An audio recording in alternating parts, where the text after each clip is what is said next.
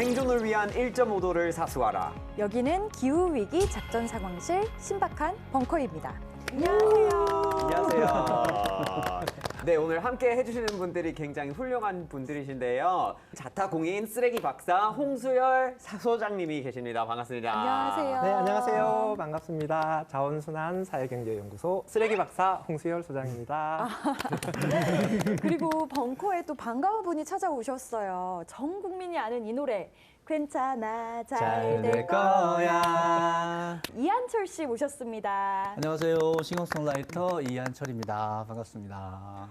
사실 최근에 또 약간 환경 관련된 프로그램 MC 하고 계신다고 얘기를 들었는데 네. 맞죠? 그래서 환경에 그러면 평소 굉장히 관심이 많으시겠네요. 저 관심 많아요. 네. 근데 되게 자연스러운 계기로 관심을 갖게 됐는데 한 15년 전에 작은 환경단체에서 전기 에너지 쓰지 않고 네. 촛불만 켜고 행사하는 건데 거기서 노래를 하는데 되게 소박하지만 되게 인상적이고 판타스틱한 그런 경험을 하게 되더라고요. 그래서 그때부터 자연스럽게 환경에 관심을 갖게 됐고 작은 실천들 해나가면서 하고 있습니다. 야, 오늘 정말 든든합니다. 그러니까 두 분이 계시니까 오늘 굉장히 잘 될 거야 라는 생각이 드네요. 네, 환경의 달 특집 신박한 벙커 두 번째 시간인데요. 오늘 과연 어떤 이야기를 하게 될까요? 사진을 제작진이 준비해봤다고 합니다. 하나는 뭔가 손에 보석을 쥐고 있는 것 같아요. 그리고 어머, 웬 하얀 물개가 이렇게 손을 안녕 하는데 물안경 끼고 있어요. 그러네요. 너무 물안경이었구나. 귀엽다. 자세가 너무 예뻐요. 네. 꼬리를 딱 세우고 그러네요. 네, 진짜 애교가 넘치는 물개 같은데 왜 이런 사진이 등장한 걸까요? 굉장히 비극적인 사진인데 아, 그래요? 귀엽다라고 얘기하시면 그렇죠. 안 되는 거죠. 이게 네. 두 사진을 모두 관통하는 공통 주제는 쓰레기예요. 그 왼쪽은 이제 보석처럼 생겼는데 네.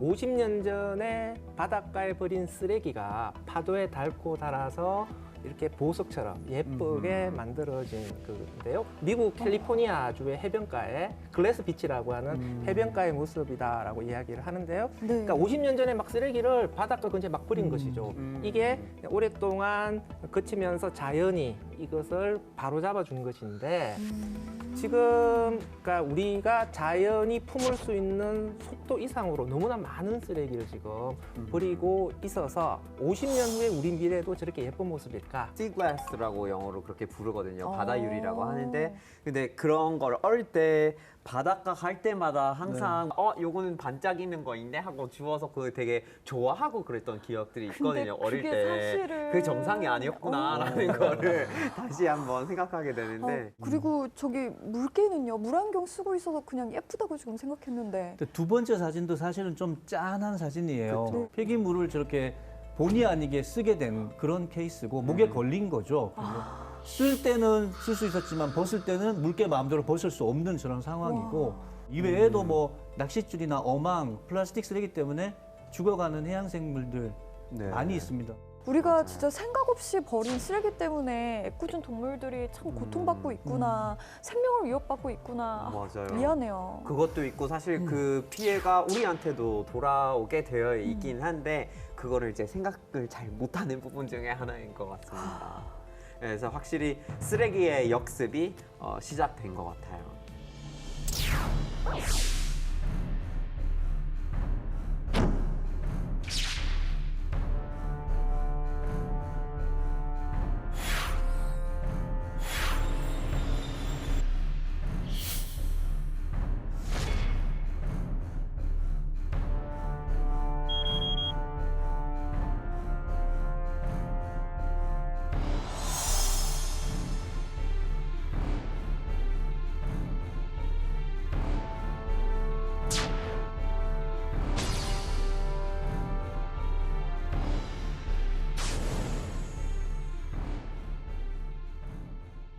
파일럿, 네. 전 세계 1년간 배출되는 쓰레기 양이 얼마 정도 될 것 같아요? 모든 쓰레기 네, 아니에요? 지구상에 1년간 나오는 모든 쓰레기 양이 한 쓰레기의 얼마 정도 될 양이요? 것 같아요?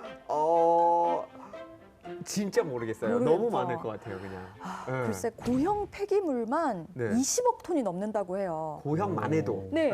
고형 폐기물 그러면 잘 못 알아들으실 텐데 네. 생활 폐기물. 네. 그러니까 생활 전 세계 폐기물. 생활 쓰레기 발생량이 20억 톤 1년에. 아, 한줄 씨 지금 네. 이게 양이 가늠이 되시나요? 그냥 무지하게 많겠다. 네. 이렇게 애매하게 느껴지는데 올림픽 경기할 때 쓰는 수영장 있잖아요. 50m 풀이죠. 네. 네. 더 80만 개를 채우고도 남는 양이라고 해요. 와, 어마어마하죠. 건설 쓰레기나 산업 쓰레기는 빼고 네, 건설 네. 쓰레기나 산업 쓰레기까지 포함하면은 아마 한 150억 톤? 150억.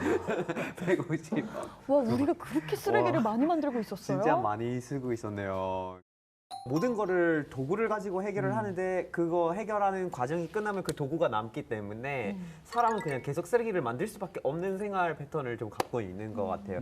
그러다 보니까 1년에 한 사람이 만드는 쓰레기의 양이 한국 같은 경우에는 1년에 1인당 한 400kg 정도, 그거를 조금 넘는 정도를 이제 만든다고 하더라고요. 네. 그런데 그 이제 꾸준히 늘어가고 있는데 그러니까 우리나라의 한정에서 보게 되면은 우리나라 쓰레기 발생량은 10년 동안 1.5배 증가했어요, 지금. 플라스틱 쓰레기만 한정해서 보게 되면 2배 증가했어요. 게다가 최근에 한 만 3년 정도 코로나19 상황 속에서는 더 많이 일회용품들, 플라스틱들을 맞아요. 사용했던 것 같거든요. 이게 이제 패스트 소비, 그다음에 일회용 소비, 그다음에 값싼 소비. 이게 이제 서로 맞물리면서 우리 소비 자체가 쓰레기를 많이 양산하는 방식으로 가고 있고 여기에 이제 코로나가 기름을 부어버린 거죠. 네. 근데 교수님이 한 말이 너무 좋은 말 같은데 이게 아닌 것 같아서 더 슬퍼요. 아니, 계속 와서 꽂혀요, 이렇게. 편리하고 값싸고 이거 사실 다 우리가 좋아하는 말인데 네. 거기다가 쓰레기 문제가 기후 위기와도 관련이 있다면서요. 그러니까 쓰레기가 발생했다는 게 어떤 의미일까요? 먼저 소비가 일어났다는 거잖아요. 네. 그러니까 자원을 캐서 제품을 만든 소비가 일어났으니까 자원의 이용에 따른 탄소 배출이 있었을 거고요. 쓰레기 배출에 따르는 탄소 배출이 있었을 거예요. 그러니까 페트를 한번 예로 들어보면 일회용 컵이 페트 재질로 된 게 많거든요. 네. 플라스틱 일회용 컵 하나가 한 14g 정도 돼요. 그러면 플라스틱 일회용 컵 하나를 쓰잖아요. 그러면 이걸 만드는데 한 32g 정도의 탄소가 배출되는 거고요. 이걸 버리면은 재활용이 잘 안 되니까 다 소각이 될 거예요. 그러면 한 31g 정도의 탄소가 배출되는 거죠. 그러니까 우리가 플라스틱 컵을 사용하고 그냥 투기하는 순간 이 소비로 인해서 한 60g이 넘는 탄소가 배출이 되는 거죠. 그러니까 요거 하나 쓰는데 이거의 4배가 되는 무게의 이산화탄소를 배출하게 된다. 네. 보이지 않는 이게 배꼽이 더 큰 상황인 거죠.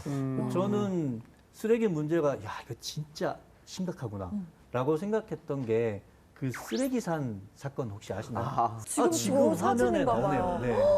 저게 다 장난이 쓰레기인 아니죠. 거예요? 그죠. 이게 불법 투기된 쓰레기. 어머. 네. 재활용 업체인데 재활용을 하지 않고 쓰레기를 계속 받아서 저렇게 쌓아둔 것인데 이게 말발꿈 모양처럼 생겼잖아요. 네. 이게 딱 우리 목을 딱 조르면서 그러게요. 질식하는 딱 느낌이. 얼마나 큰지 감이 잘 안 오거든요. 근데 제가 진행하는 그 환경 프로그램에서 의성 쓰레기산을 방문했었었는데요. 네.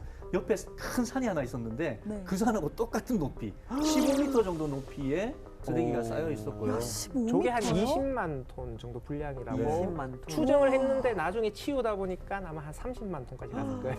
근데 이 충격이 좀 컸기 때문에 이 사건 이후에 대형마트에서 네. 비닐봉투 판매하는 걸 금지하게 됐어요, 우리나라에서. 그때부터. 그러니까 요때 외신에 보도된 2개의 충격적인 사건이 있었어요. 하나는 필리핀에 불법 수출한 쓰레기가 다시 한국으로 돌아온 사건이 네. 하나가 있었고요. 저 의성 쓰레기산이 보도가 된 것이죠. 동시에 너무 그렇게 됐군요. 그러니까 피하다. 쓰레기 네. 관리 잘한다라고 소문 났는데 네. 이제 그 얘기를 못 알고 하게 된 보니. 것이죠. 알고 보니까 한국도 쓰레기 문제 많네라고 하는 것들을 다 까발려지게 된 사건들이죠. 이게 워낙 이제 이슈가 되다 보니까 네. 좀 정리를 했다고 하더라고요. 그런데 그걸로 끝난 이슈가 아닌 걸로 알고 있어요. 이 산 말고 또 다른 쓰레기 산들이 있었다고 하더라고요. 아, 저게 그래서 이거 하나가 하나는 아니었다. 그래서 저희가 이제 제작진들이 이거 관련해서 한번 영상을 준비한 거 있습니다. 한번 확인해 보시죠.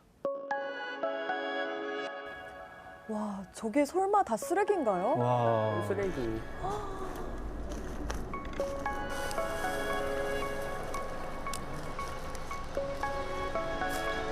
저걸 사람이 지금 언덕을 마치 오르듯이 올라서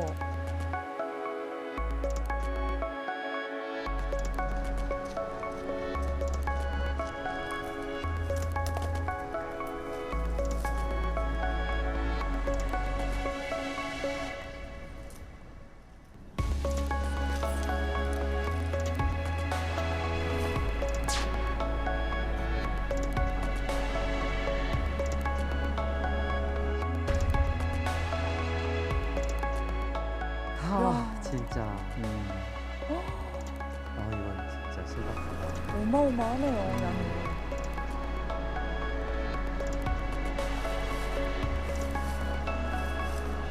아무 상관없이 그냥 막 갖다 버렸네.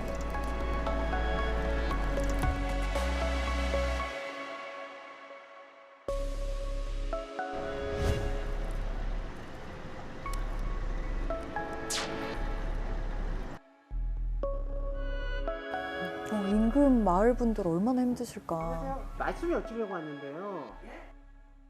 그 여기 주민들은 쓰레기 때문에 좀 힘들거나 그런 건 없으세요? 왜 없어요? 힘들고 가렵고 제 그냥 가려운 말도 편 못하세요. 생기고 뭐 피해는. 안 두근데 아니에요. 그러니까 모르죠 여기서도.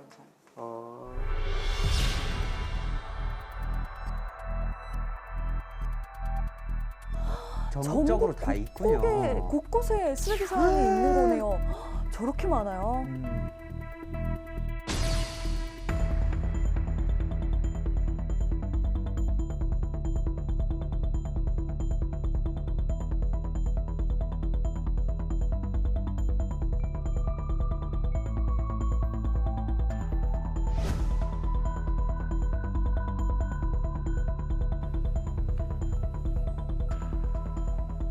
일단 이게 이렇게 끈 처리되는 거는 소각장에 안 간다는 얘기거든요. 이게 뭐 건설 현장에서 나오는 그런 것 같아요 보니까. 여기 다 건설 폐기물.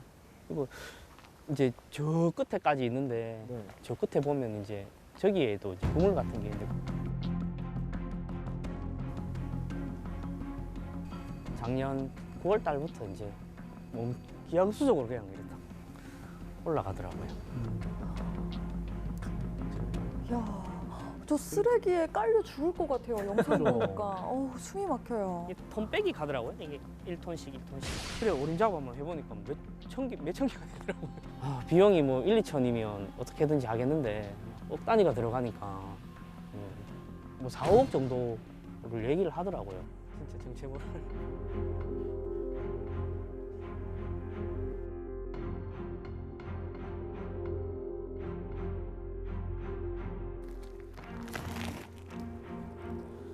밑에 뭐 기름 자국 이런 거 있는 거 보니까 이거를 어떻게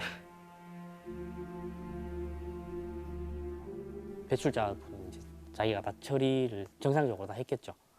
소각장으로 간다든지 이런 게 다 했겠는데 중간에 이제 단가가 올라가니까 이제 중간에 이제 싸게 해갖고 이제 적치를 하고.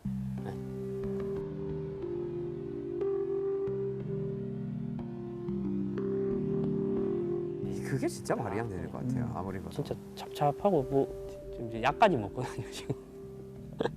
오래되다 보니까 이제 저 같은 피해가 좀 발생을 안 했으면 하는 생각이고요.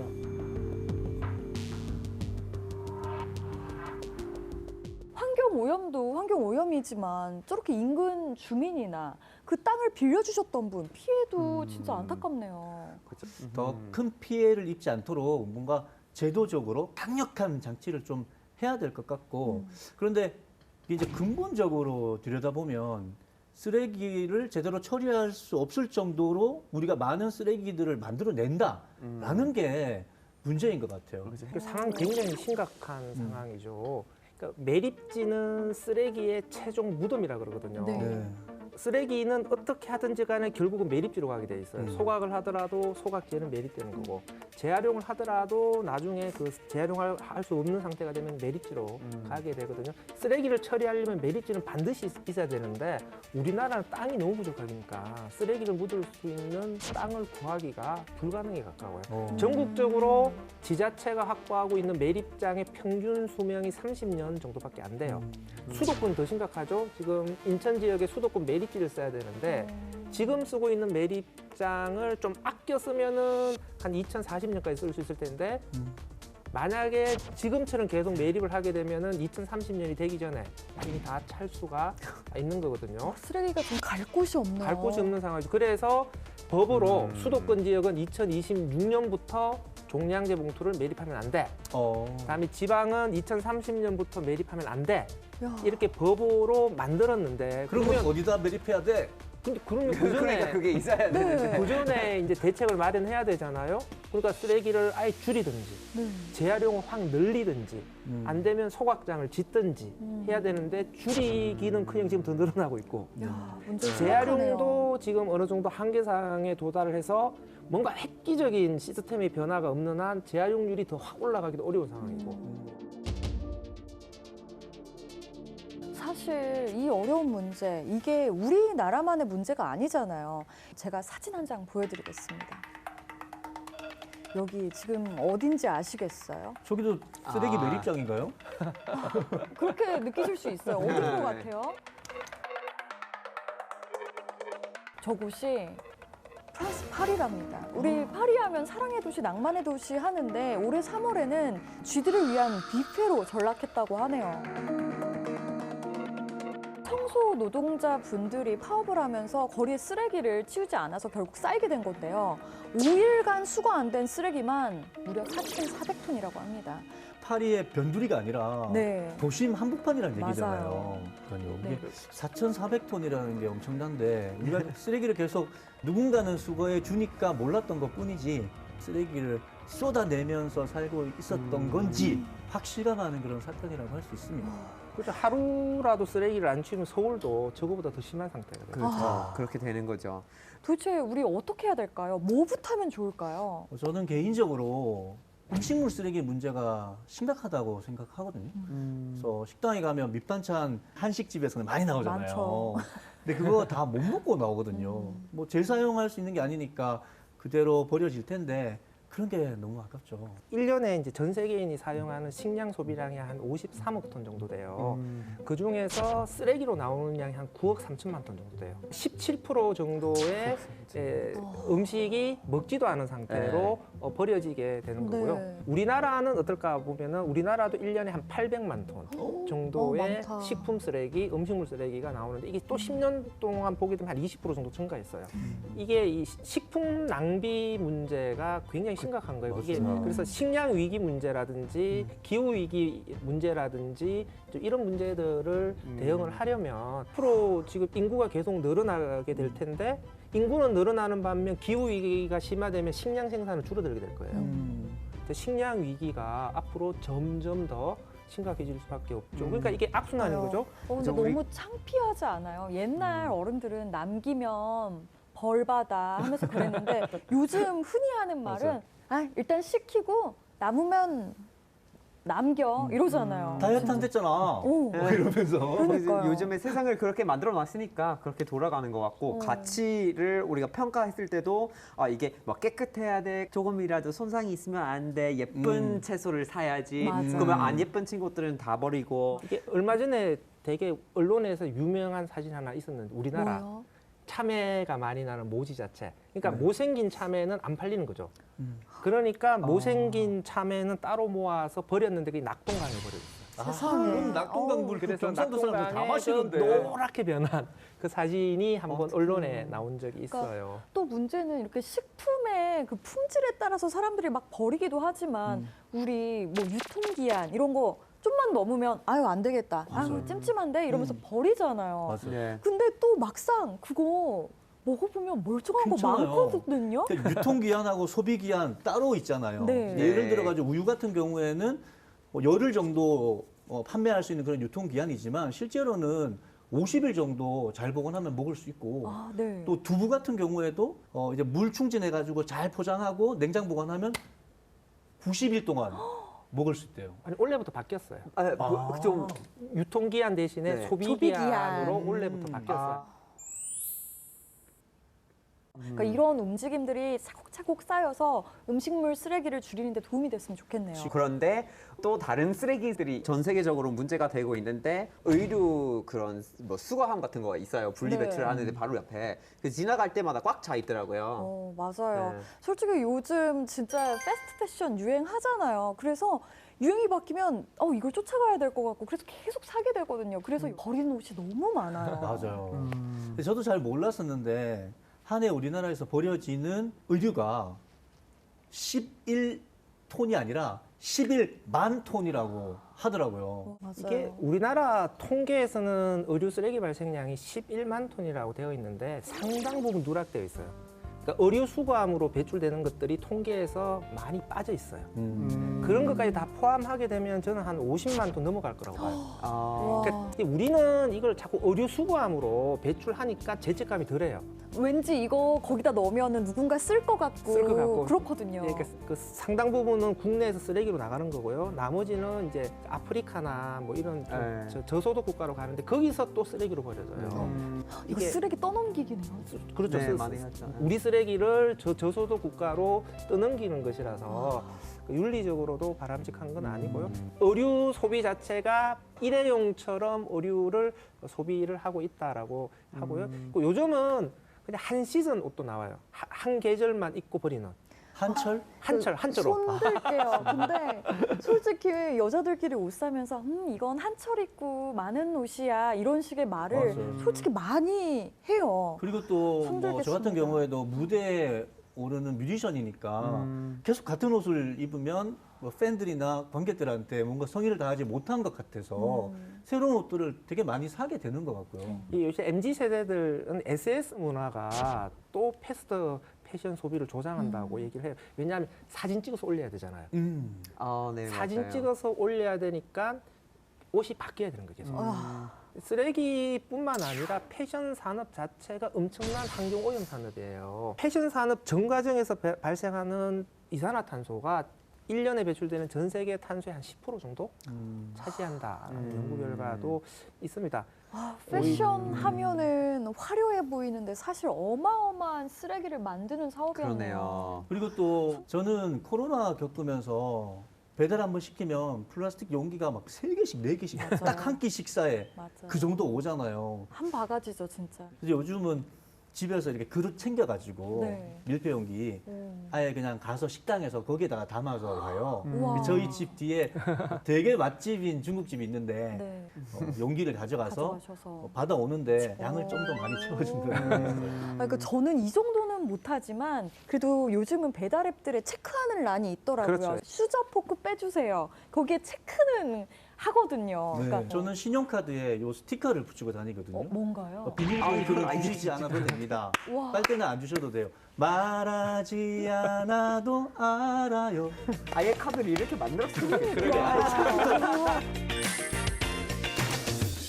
플라스틱이 우리 일상생활에서 너무 광범위하게 쓰이다 보니까 버려지는 양도 어쩔 수 없이 많은 것 같아요. 플라스틱이 너무 다재다능한 물질이라서 인간이 너무 좋아해요.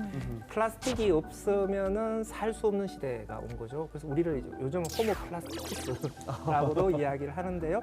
이게 1950년에 이제 본격적으로 사용되기 시작했는데 이때 한 200만 톤 쓰였어요. 그러다가 2019년 되면은 4억 6천만 톤으로 한 70년 만에 230배 정도 증가한 거고요. 네. 이 추세대로 가게 되면은 지금보다 2060년이 되면 한 또 3배 증가할 거다. 또 12억 3천만 톤 이렇게 증가할 거다라고 얘기를 합니다. 근데 이제 확실히 플라스틱은 이게 생산한 과정 중에서도 여러 가지 이산화탄소라든지 이런 거 발생은 하긴 하잖아요. 그래서 그린피스 쪽에서는 플라스틱의 전 과정, 생산해서 사용하고 폐기할 때까지 그런 전 과정에서 이산화탄소가 얼마나 나오냐면 탄소량이 한 500메가와트 용량의 석탄 화력 발전소를 189개 정도를 1년 동안 가동한 만큼 그렇게 이제 배출이 된다라고 하는 거죠. 와, 그러면 네. 이게 만약에 플라스틱을 뭐 만약에 1톤 쓴다. 그러면 한 어느 정도의 온실가스가 나오는 거예요? 1톤은 평균적으로 5톤을 만들게 된다는 얘기가 있어요. 그러니까 페트병은 좀 온실가스가 많이 나오는 재질이고요. P나 PP 같은 재질은 좀 적게 나오는 재질이거든요. 평균 내면 한 5톤 정도 나온다. 그러니까 아무튼 근데 플라스틱이 어찌 보면 쓰레기 중에서도 진짜 빌런 중에 빌런. 어떻게 하면 좋을까요? 어떻게 어떻게든 좀 해결할 방법을 빨리 강구해야 될 것 같은데. 일단 이제 이 문제를 해결하려면 어쨌든 소비를 줄여야 돼요. 불필요한 소비를 줄이고 소비를 해서 쓰레기가 나오게 되면 이것은 계속 무한 반복해서 돌려서는 구조로 가야 된다. 그래서 소비를 줄이고 계속 순환하는 구조를 통해서 천연 자원이 투입되는 양도 확 줄이고 쓰레기가 배출되는 양도 확 줄여서 좀 우리 미래가 좀 살만한 세상으로 만들어 가야 된다. 이렇게 얘기하는 거예요. 근데 뭐 다행이라고 해야 될지 사실 우리나라 국민들은 분리 배출 되게 열심히 잘하잖아요. 맞아요. 그렇게 분리수거 잘하고 재활용되면 그러면 좀 문제가 해결되지 않을까 싶긴 한데요. 지금 아니다 이거. 아닌가? 소장님 표정이 아니야. 그러니까 우리나라가 일단 재활용률만 보게 되면 2021년 기준으로 57%예요. 57%. 57%. 전 세계 평균 재활용률이 20%거든요. 우리나라 재활용률의 함정은 뭐냐면 쓰레기를 태워서 에너지를 이용하는 것까지 재활용으로 봐요. 그러니까 과자봉지, 라면봉지 분리배출 하시잖아요. 네네. 그러니까 이렇게 분리배출된 과자봉지, 라면봉지의 80%는 이 석탄을 대체하는 에너지로 써요. 그냥 태우는군요. 이거는 국제적으로 리사이클링으로 안 봐요. 근데 우리나라는 그걸 포함시키고 있는 거예요? 우리나라는 그걸 통계 재활용으로 포함시키고 있어요. 그러니까 요거는 빼야 되겠죠. 우리나라가 지금 이 재활용률을 높이기 위해서 많은 노력을 하고 있는데요. 그럼 재활용률이 가장 높은 나라는 과연 어디일까요? 예상이 가십니까? 저는 알아요. 알아요. 이게 전문가들이 너무 많아서 이 퀴즈가 좀 물어보는 의미가 없죠. 의미가 없는데 네. 바로 독일입니다. 전 세계 재활용률 부동의 1위를 지키고 있다고 합니다. 많은 분들이 아무래도 독일이 그렇게 쓰레기 처리를 잘 하고 있기 때문에 과연 어떻게 하고 있는 건지 굉장히 궁금해 하실 것 같아서 현지에 계시는 특파원을 한번 연결해 보겠습니다. 박예은 특파원님, 안녕하세요. 안녕하세요. 안녕하세요. 독일이 그렇게 1위 하고 있는데 한국과 다른 점이 뭐예요? 분리수거 자체는 기준은 한국과 되게 비슷한데 판트라는 공병 보증금 제도라는 게 있어요. 그래서 판트요? 판트가 뭔가요? 판트는 독일어로 보증금이라는 뜻인데 페트병이나 유리병이나 아니면은 빈 캔 같은 거를 이제 돌려주면은 저에게 25센트를 돌려주는 그런 보증금 제도예요. 우와, 저렇게 넣으면 돈이 나오는 거예요? 네, 영수증처럼 맞습니다. 그래서 계산을 해줘. 우와, 25센트면은 뭐 4개만 넣어도 그럼 1,000원 정도가 나오는 거잖아요. 그런 함부로 사람은- 버리는 사람이 없을 것 같아요. 네. 그래서 독일이 이제 페트병에 대해서 보증금 제도를 하니까 독일의 페트병 재활용률은 97%. 97%? 높다. 우리 근데 한국에서도 이렇게 소주나 맥주나 그런 거에 이제 공병이 있으면 그거 이제 대한 시스템이 있는데 거기랑 여기서 하는 거랑 어떻게 다른 거예요? 한국 같은 경우는 이제 뭐 공병 가격을 포함해서 상품의 가격을 책정을 해서 판매를 한다면 독일 같은 경우에는 뭐 예를 들어서 물이 1유로라고 이렇게 치면은 거기에 25센트 플러스가 표시가 돼 있어요. 그래서 실제로 살 때는 1유로 25를 사야 되는구나라는 인식을 가지고 있어요. 아니, 저런 시스템이라면 저기는 쓰레기가 아니에요. 그게 주워서 다 모으면 돈이에요. 돈인데. 저 아이디어 하나 생각났는데 특히 유럽에 가면 우리나라도 많은데 길거리 음악하는 버스커들 많잖아요. 버스킹을 하는데 보통은 이렇게 동전을 받잖아요. 동전이 아니라 뭐 공병이나 페트병이나 그런 걸 이렇게 공연 모시는 분들이 가지고 오는 그런 저 한번 해보고 싶은데요. 독일에 실제 있어요. 홈리스들을 위한 페트병 기부. 오. 실제로 여기에 이제 노숙자 분들이 계신데 이제 지원금이 모자랄 수 있거든요. 그러면은 공병을 수거를 해서 이렇게 다니시는 분들도 되게 많고 저 또한 친구를 이제 공항에 데려다 준 적이 있었는데 저희가 게이트를 들어갔을 때는 병을 못 들고 가잖아요. 그래서 사람들이 빈병이라든지 두고 이제 가시는데 그거를 많이 모아가지고 그걸로 이제 장을 본 적도 있어요. 알뜰하네요, 진짜. 정말 많이 나왔었습니다. 한 15,000원 정도 나왔었는데 그거를 가지고 장을 봤었던 기억도 나요. 괜찮다. 그러면 거기 독일 펀트 그 제도에서는 그게 어디까지 되어 있어요? 뭐 예를 들어서 카페에서 뭘 투고로 이제 사갔는데 그런 일회용품이라든지 그런 것도 되는 건가요? 음료수가 파는 모든 곳에서는 판트가 가능해요. 마트는 정말 대중적이고요. 거기에는 모든 매장에 판트를 받을 수 있는 공병 수거 기계가 존재하는데 또 가전제품이나 이런 기계 같은 경우에도 리사이클이 되고 하고 있습니다. 예은 씨 오늘 이제 함께 해주셔서 감사합니다. 감사합니다. 맞습니다. 가장 확실한 방법이네요. 멋있네요. 현금.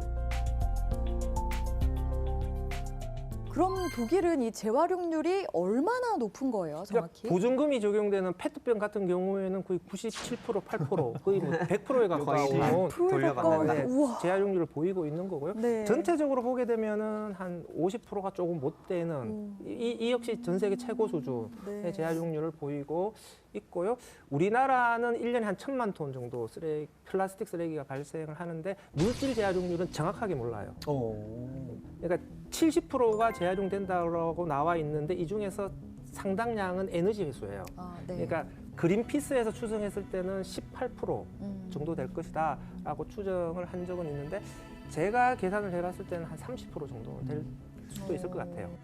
저는 근데 보면서 저 독일은? 판트 제도가 우리나라에도 도입된다면 특히 투명 페트병에 적극 좀 시도해봤으면 좋겠다라는 생각이 들어요. 투명 페트병이 이렇게 재활용하기에 너무 좋다는 얘기를 들었었거든요. 색깔이 없을수록 투명하거나 흰색일수록 재활용이 가장 용이하죠. 그죠. 불순물이 없으니까. 그렇죠. 그래서 저는 저 맥주 광인데 네. 맥주 플라스틱 그 통 그냥 갈색으로 안 하고 그냥 투명한 걸로 했으면 좋겠다라는 생각 많이 해봐요. 갈색 투명하면- 페트병은 2025년 이후부터는 금지예요. 미리 고품질로 재활용을 하기 위해서 우리가 2020년부터 이제 아파트 시범 사업을 시작으로 해서 네. 음료 투명 페트병만 따로 모으는 모든 투명 페트병이 해당이 되는 게 아니고요. 음료하고 생수 투명 페트병만 따로. 두 종류만. 예. 그래서 공공주택에서 그렇게 투명 페트 분리 배출을 시행했는데 민간 선별장에 모인 투명 페트병의 양이 한 1,233톤이 나왔다고 하더라고요. 맞네요. 네. 지금 이제 월 한 1,000톤 정도 이상 모이는 거거든요. 그러니까 네. 1년으로 따지면은 그 10,000톤이 넘어갈 텐데 그래도 우리나라가 1년에 페트병을 한 30만 톤 넘게 써요. 그 중에서 투명 정말 페트병이 많이 한 쓰는데. 80%라고 보면은 여전히 실제 모이는 투명 페트병은 우리 기대보다 매우 낮은 거예요. 근데 우리가 별도 배출한 투명 페트병 어떻게 재활용되는지 궁금하시죠? 그래서 영상을 준비했습니다. 함께 봐볼까요?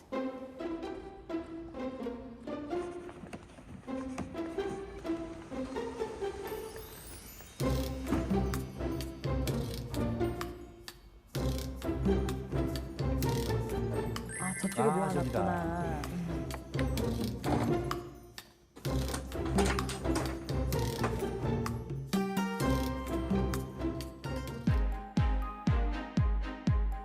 과연 어떻게 그게 재활용될까요?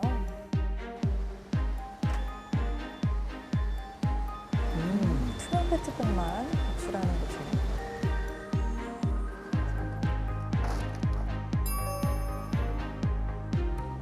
저희가 아파트 일주일에 한 번씩 들어가는데 그 한 아파트에서 나오거든요.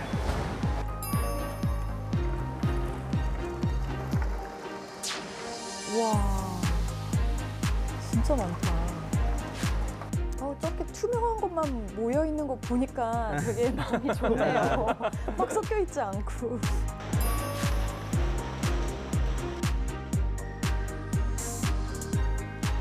야 기계화되어 있구나 싶었는데 결국 사람 손을 거쳐야 되네요. 이런 것들이 안에 이물질 없고 그다음에 라벨 제거됐고 그다음 이제 찌그러뜨려서 뚜껑 닫아서 요렇게 이제 찌그러져서 나오는 게 이게 제일 이제 정석이죠.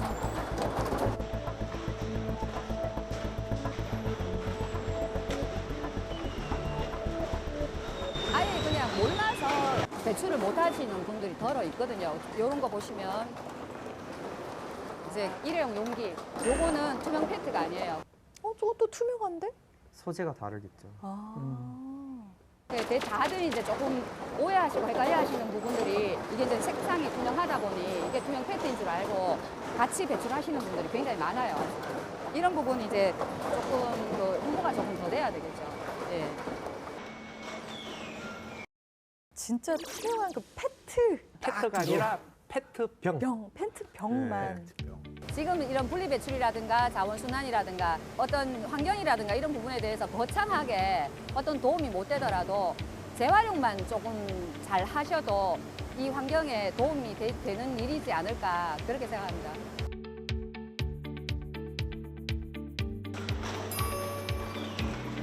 페트에서 받아가지고 이게 페트를 압축을 하죠.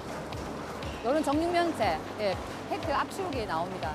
네, 이런 것들을 저희가 페트 전문으로 재활용하는 업체에다가 저희가 납품을 하죠.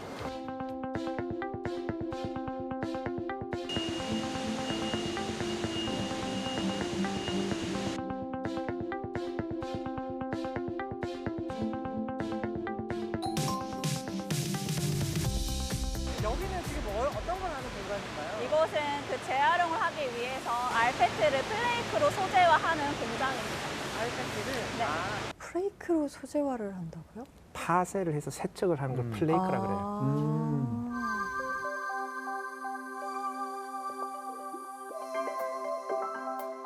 보통 하루 공정을 위해서 이런 베일이 7에서 80개 정도. 공정은 총 5가지 단계가 있고요. 섬장, 그리고 분쇄, 세척, 건조, 포장 총 5가지 단계가 있어요.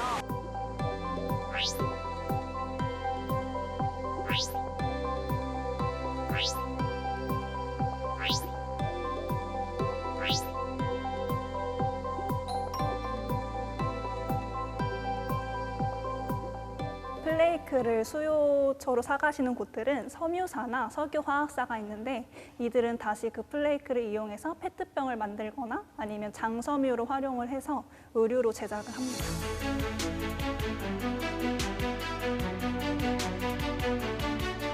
폐기물이라는 거는 저희가 항상 일상생활 속에서 너무 흔히들 마주칠 수 있는 그런 산물이라고 생각을 하는데 그런 부분에서 되게 사소한 습관이 어찌 보면 이렇게 모이게 되면 큰 효과까지 일으킬 수 있는 것 같아서 환경에 평소에 관심을 많이 갖고 좀 친환경적인 습관을 많이 갖는 게 결국에 우리 모두의 삶을 위해 좋지 않을까라고 생각을 합니다.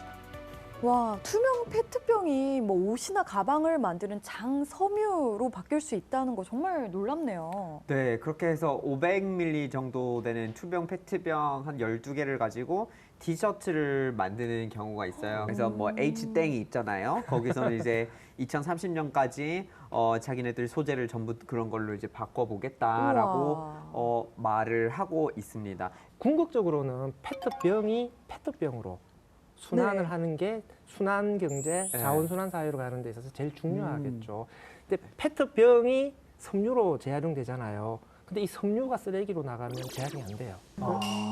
그러니까 사실은 페트병 재생 섬유를 쓴다는 게 섬유 쓰레기, 그러니까 패스트 패션 쓰레기 문제 해결에는 도움이 안 돼요. 그렇구나. 약간 눈 가리고 아웅이었던 그리고 것 그 같네요. 페트병을 우리가 이쪽으로 옮겨놨으면 이 새로운 페트병은 어디서 만들어낼 석유가 계속 거냐의 들어가야 문제가 되니까. 생기는 거니까. 네. 그럼 결국에는 페트병이 될 때만 맞아요. 진짜 그래서- 이게 제대로 된 자원순환이구나. 페트병 쓸 때만 네가 아마 25,000번째 생활용이지 이러면서 이렇게 음료수를 마시는. 근데 과일 포장 용기나 세제 용기도 투명 페트라고 적혀 있는 것들이 있던데 왜 같이 배출하면 안 되는 거예요? 페트 재질이긴 한데 병페트와 판페트로 구분해요. 계란판이라든지 아니면 과일 용기 같은 경우에는 편편한 판을 성형해서 만들거든요. 같은 페트인데 병페트와 판페트는 첨가되는 화학 물질이 조금 차이가 있어요. 그러니까 페트병은 되게 까탈스러운 애들이에요. 그러니까 재활용을 너무 고품질로 고급스럽게 하려고 하다 보니까 조금의 그 이물질이 섞여 들어오는 것도 못 견디는 거죠. 그러니까 병 페트만 따로 모으는 거고요. 판 페트는 그러니까 계란판이나 과일 상자는 그냥 일반 플라스틱으로 배출을 해야 되는 거죠. 그러니까 이제 조금 지나면 기술적으로 해결해야 될 부분도 있는 것이죠. 그러니까 소비자가 굳이 라벨을 떼지 않더라도 그 세척 정도만 잘해서 분리 배출하면은 이후에 선별 공정에서 재활용 공정에서 라벨도 분리하고 페트도 종류별로 구분하고 이런 게 알아서 척척척 될 수 있는 세상으로 가는 게 바람직하지. 모든 것을 소비자가 잘해야 된다. 소비자가 문제를 풀어야 된다. 이렇게 되면 맞아요. 문제가 해결 안 돼요. 페트병은 일단 그렇게 됐다 치고. 네. 근데 사실 카페에서 주는 플라스틱 일회용 컵 있잖아요. 그것도 수가 엄청나잖아요. 한 해 사용량이 뭐 50억 개인가? 그거 엄청나잖아요. 이거는 어떻게 해야 될까요? 근데 사실 그것 때문에 작년 12월부터 세종시랑 제주에서 새로운 시스템을 한번 시범을 해보겠다고 하고 있다는 걸로 알고 있는데 거기서 일회용 컵 어떤 보조금 제도를 도입했다는 거예요. 독일의 페트병 보증금 제도처럼 일회용 컵에도 보증금을 부과를 해서 지정된 장소로 일회용 컵만 따로 모으게, 그다음에 포준 용기를 통해서 인쇄를 금지시키고 이렇게 하면은 길거리에 투기되는 것도 없고 일회용 플라스틱 컵도 재활용이 잘 되고 이 모든 문제를 해결할 수가 있는데 카페에서 그렇게 보통 일회용 컵을 갖고 나왔다는 거는 돌아다닌다는 뜻이거든요. 그렇죠. 근데 그거를 다시 어떤 한 장소에 반납하기라는 게 여간 쉬운 일이 아니에요. 두 가지가 필요한 것이죠. 일단 모든 카페에서 다 받아줘야 된다. 그래서 길거리 가다가 카페만 보이면 그냥 반납하면 되는 거죠. 두 번째로는 카페가 모든 공백을 메울 수가 없으니까 공공장소에 일회용 컵 무인의 수기가 또 많이 깔려 있어서 소비자들이 좀 더 편하게 반납을 할 수 있어야 또 일회용 컵 보증금이 제대로 정상 작동하겠죠. 네. 근데 순환 경제를 위해서 그러면 또 특별히 주목을 받고 있는 폐자원이 있다고 하더라고요. 그게 뭘까요? 맞습니다. 어마어마한 가치 덕분에 제2의 원석 또는 도시 광산이라고 불리는데요. 뭘까요? 영상으로 만나보시죠.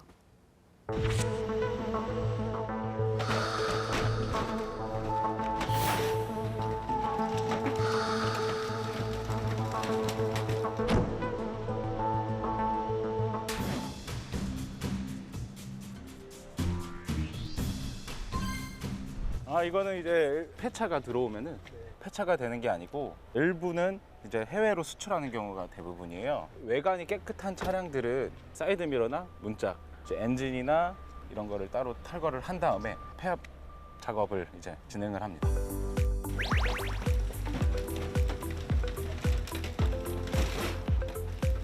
제가 알기로는 한 98% 정도 되는 걸로 알고 있습니다.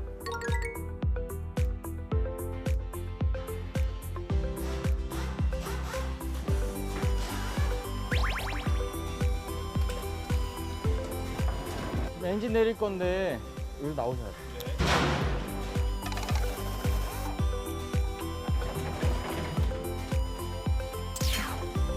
엔진 부분과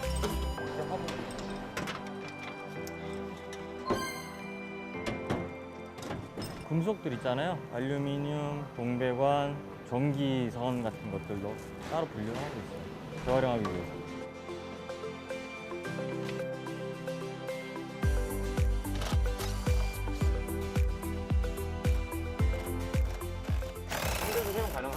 오래 사용하신 분들은 여기 가죽이 이 부분이 많이 헤어져가지고 많이 찾으신 분 있으세요? 그러면은 저희가 뜯어가지고 이렇게 작업을 해서 다시 고객님한테 판매를 하는 작업입니다.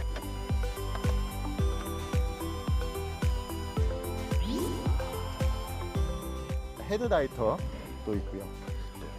여기 보시면 후미등도 있습니다.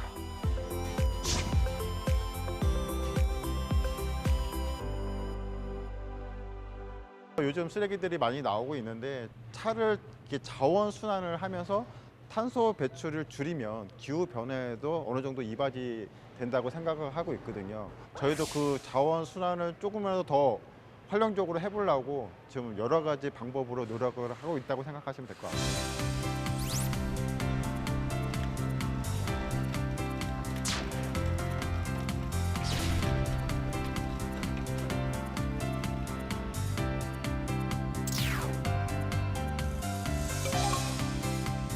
내연기관 차 말고도 전기차도 이제 운행을 하다가 사고가 나거나 이제 또는 이제 배터리 수명이 다 됐거나 하는 경우 때문에 폐차가 들어오긴 합니다. 2020년 생산된 그 이전에 생산된 배터리 같은 경우는 성공동네에다가 이제 배터리가 반납이 되고요. 이제 배터리를 탈거하고 나서 이제 모터나 커넥터, 고철이나 알루미늄 등을 분리해서 나가고요.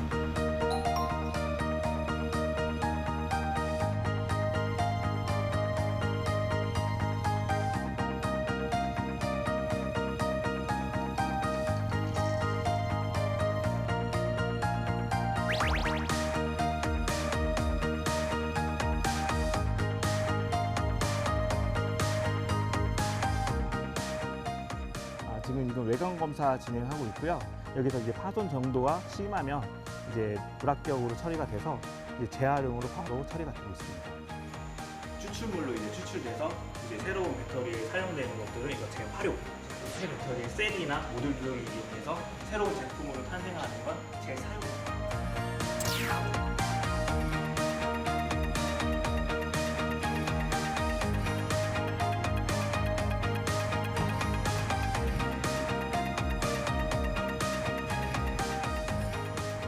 하루에 저희가 배터리 성능 평가는 한 대에서 최대 2대 정도까지 소화를 할 수밖에 없어요. 물리적 시간이 워낙 오래 걸리기 때문에 현재 방식으로 충전을 할 때 3시간이 걸리고요. 그리고 1시간 휴지 과정을 거친 후에 다시 방전이 진행되는데요. 충전, 휴지, 방전까지 총 7시간이 소요됩니다.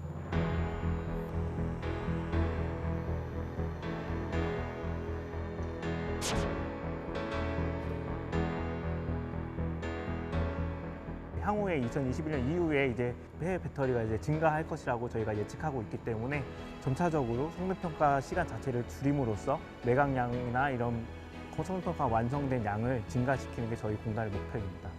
네, 요즘에 이렇게 폐 배터리 재활용이 굉장히 크게 이슈가 되고 있는 것 같더라고요. 미국 같은 경우에는 또 바이든 정부가 최근에 폐 배터리 재활용을 하는 기업이 있는데 여기다가 한 5천억 정도의 대출을 이제 지원을 하기로 했다고 하더라고요. 와, 정부 차원에서 제대로 힘을 실어주네요. 네, 분명 이유가 있을 텐데 일단 전기자동차 보급률이 앞으로 어마어마하게 늘어날 거잖아요. 그러니까 전기차 배터리 수명이 한 10년에서 15년 정도 된다라고 하게 되면은 2020년 말 정도가 되면은 전기자동차 폐배터리 배출량이 기하급수적으로 증가하게 되고 2030년 이후부터는 뭐 감당할 수 없을 정도로 쏟아지게 되겠죠. 우와. 전기자동차 배터리에는 리튬이 들어가죠. 맞아요. 그다음에 니켈, 코발트, 망간 굉장히 비싼 금속들이 많이 들어가요. 전 세계 폐배터리 재활용 시장 규모가 원래는 한 7천억 정도밖에 안 되는데 2025년 되면 3조 원, 2050년이 되면 무려 600조 원. 그러니까 어마어마한 새로운 신산업이 열리게 되는 것이죠. 그러니까 전기자동차 배터리 만드는 것뿐만 아니라 빨리 폐배터리 재활용하는 시장도 빨리 선점을 해야 네. 우리가 미래 신산업을 이제 우리가 이끌어갈 수가 있는 거죠. 아, 근데 모든 물건들이 이렇게 재활용될 수 있다면 참 좋을 텐데 자원 순환의 사각지대에 있는 것들도 있잖아요. 저도 얼마 전에 우연히 보고 놀란 게요. 즉석밥 용기, 그 땡반? 그거는 네. 재활용이 안 된다고 하더라고요. 맞아요. 전자레인지에 사용돼야 되고 또 상온에서 장기 보관이 가능해야 되니까 용기가 복합 재질로 만들어져 있다고 하더라고요. 그래서 다른 플라스틱과 섞이면 재활용이 어렵다. 그 즉석밥 용기만 따로 모으면 재활용할 수 있어요. 아, 그래요? 네, 그러니까 즉석밥 용기 업체들이 저희한테 가져오세요. 저희가 모아서 재활용하겠습니다. 이렇게 나오시고. 이게 방법이네요. 다시 세척해서 뭐 어떤 방법으로 그대로 쓸 수 있는 거예요? 이게 기타 재질이라고 되어 있긴 한데 95%가 PP 재질이라서 PP로 재활용하긴 하는 것이 기술적으로 가능해요. 즉석밥 용기만 따로 잘 안 모여서 그런 거지. 타일러, 우리 같이 매일 한번 쓸까요? 그렇게 하면 너무 좋을 것 같아요, 사실. 그러면 우리 자원 순환의 사각지대에 있는 것 또 뭐가 있을까요, 타일러? 그게 이제 우리 집 옆에 그 세탁소가 있더라고요. 계속 이렇게 막 비닐봉지로 이렇게 하나씩 싸주죠. 하나씩 쌓여 있는데 저는 정말 하나만 맡겼는데 그렇게 이렇게 반듯하게 해야 되나 싶기도 하고. 받자마자 화학 물질들이 옷에 있다 그래가지고 또 그것도 통풍시키기 위해서 벗겨내잖아요, 결국은. 계속 일회용으로 쓰고 있는 거죠. 우리가 잘못 알고 있는 상식이 네. 비닐을 씌우지 않은 세탁물을 받는 것은 내가 받아야 될 서비스를 못 받는 거다. 소비자들이 이렇게 생각하는데 그건 소비자의 잘못된 상식. 그러니까 인식의 전환이 다 필요하겠네요. 그래서 아예 세탁 비닐을 사용을 못하게 하는 게 제도도 규제도 강화시킬 필요가 있다고 생각해요. 자원순환 사각지대에 있는 것 하면 과대포장 이야기도 빠질 수가 없는 것 같아요. 왜 과일 하나만 사도 세상에 뭐가 그렇게 많은지 플라스틱 상자, 그 안에 또 뭐 스티로폼 진짜 많잖아요. 주석이나 설점 될 때마다 거의 뉴스에서 과대포장이 이렇게 됐습니다 하고 이렇게 보도가 되더라고요. 근데 실제로 환경공단에서 2021년부터 바른 포장 컨설팅이라는 사업을 시작했다고 하더라고요. 뭔가를 어떻게 해야 될지를 모르겠거나 도움이 필요하다면 여기서 상담을 확실하게 받아서 불필요한 포장 부분들을 확 줄일 수가 있는 기회가 있다고 하더라고요. 얼마인가요? 공짜. 확실히 이제 모든 사람들이 아무래도 더 많은 관심을 가지고 할 수 있는 것들을 최대한 많이 해보면서 같이 이제 쓰레기 발생량을 일단 많이 줄이고 갖고 있는 것들을 제대로 배출을 하고 이렇게 해야 될 것 같네요. 네, 환경의 달 특집 2부 벌써 마칠 시간이네요. 오늘 두 분 어떠셨나요? 제가 이사하는 날이에요, 지금. 이사하는? 이사하는 날인데 제가 이렇게 당당하게 얘기했죠. 집 정리가 중요한 게 아니다. 네. 지금 지구를 빨리 정리해야 된다. 그래서 이 쓰레기 문제에 대해서 그 심각성에 대해서 또 다 함께 같이 고민해보는 참 의미 있는 시간이었던 것 같습니다. 지금 친환경 이런 말보다는 필환경. 필환경. 좋다. 마음으로 필환경. 우리가 일상을 채워나가야 될 것 같아요. 너무 좋습니다. 너무 좋습니다. 정말 이렇게만 된다면 우리 한철 씨의 노래처럼 다 잘 되겠죠? 더 잘 되기 위해서 비나이다 비나이다라는 마음으로 제가 오늘 기타 가지고 왔거든요. 네. 그래서 괜찮아 잘 될 거야 슈퍼스타를 조금 이 자리에서 불러보면 어떨까요? 너무 감사하죠.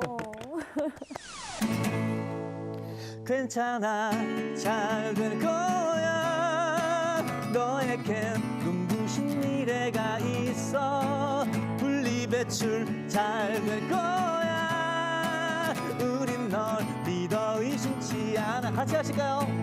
괜찮아 잘 될 거야 너에겐 눈부신 미래가 있어 필환경 잘 될 거야 우린 널 믿어 의심치 않아 너만의 인생의 환경 스타. 와, 감동입니다. 네, 지구상에 사는 생명체 중에서 쓰레기를 만드는 건 인간밖에 없는데요. 우리가 버린 쓰레기 때문에 지구가 그리고 우리가 위험에 노출되지 않도록 네, 잘 버리는 것도 중요하지만 덜 쓰는 게 가장 현명한 방법이라는 생각이 드는데요. 이제 3부에서는요. 지구를 살리는 해법으로 주목받고 있는 ESG 경영에 대해서 재미있는 이야기 해보도록 할게요. 저희는 다음 주에 찾아올게요.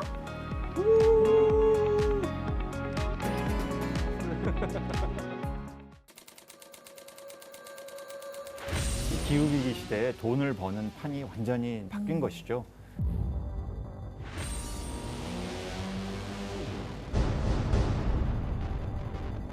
규칙에 따르지 않으면 투자가 끊어지거나 꼭 반응을 해야 되는 판이 만들어지는 건데 너무나 어려워요.